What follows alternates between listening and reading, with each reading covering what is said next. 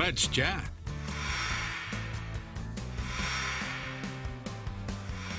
We have a very special guest this morning in the form of Miss Tennessee Volunteer, and that's Miss Carrie Arnold. Good morning, Carrie. Good morning. Now, you have been Miss Tennessee Volunteer for a little over a week now. Has it sunk in yet? Not really. I'm still on just a cloud nine, and every new event, every new thing I do just continues to just keep me up, and I'm so excited for this year. So take me back to competition week. It's a long week. It's a full week. It's a busy week. How did you feel on Saturday night standing in the top 5 and your name is called as Miss Tennessee Volunteer? I was beyond words. I was so ecstatic and just truly blessed to have even been competing. There were 35 other girls there who were truly one of a kind, good-hearted, beautiful women who work hard in their own right. And to just be there with them was wonderful. But to make it to the 15 and then the 12 and the 10 and just be in the 5 knowing I've done this, I've placed, Right. was beyond words. And to hear my name called and see my family and my friends and the excitement that they were feeling as well brought tears to my eyes. And I could still cry thinking about it today. No tears just yet. No tears, yeah. no tears. Make the makeup run a little. Let's talk about scholarship money. That'll help dry those tears up a yes. little bit. So this organization is one of the leading, if not the leading provider of scholarship dollars for young women across the state. How big of a role did that play in your decision to compete? And talk about your earnings, a phenomenal amount. I was so blessed to have been able to win $25,000 in scholarships. Yeah. But this year they gave over $125,000. That's more than we've ever given. So not just the winners, not just the 5, every single person who competed went home with, you know, some scholarship money. Absolutely. Just for competing, everyone wins some scholarship dollars. Yes, absolutely. And it was so good when I was waiting.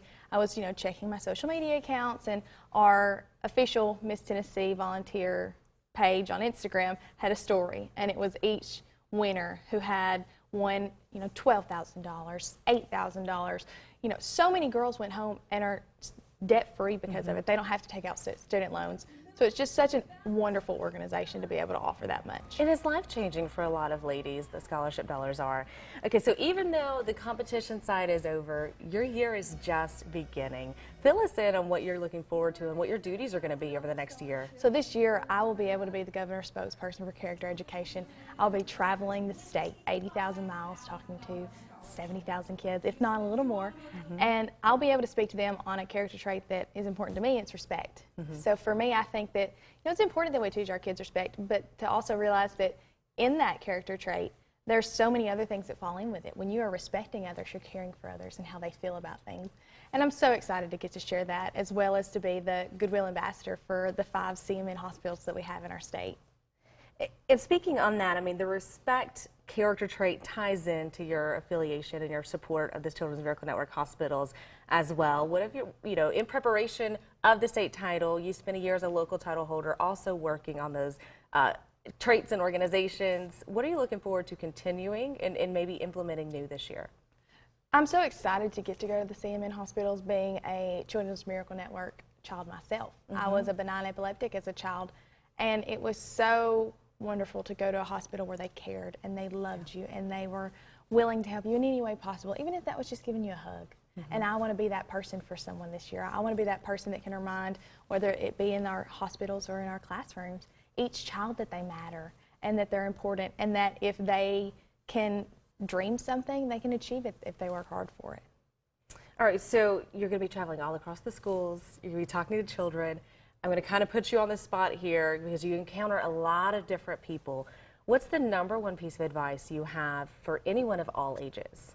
Have a positive attitude. I think that it's so important that every day you smile and you're positive and you think of how what you say and what you do affects others, not just yourself.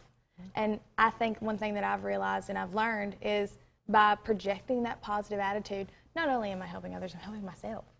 It's helping me to live each day to the fullest. I was listening to a podcast on the way here, and that was the whole thing. It was to live life to the fullest, to live fully, and to find the joy throughout your life.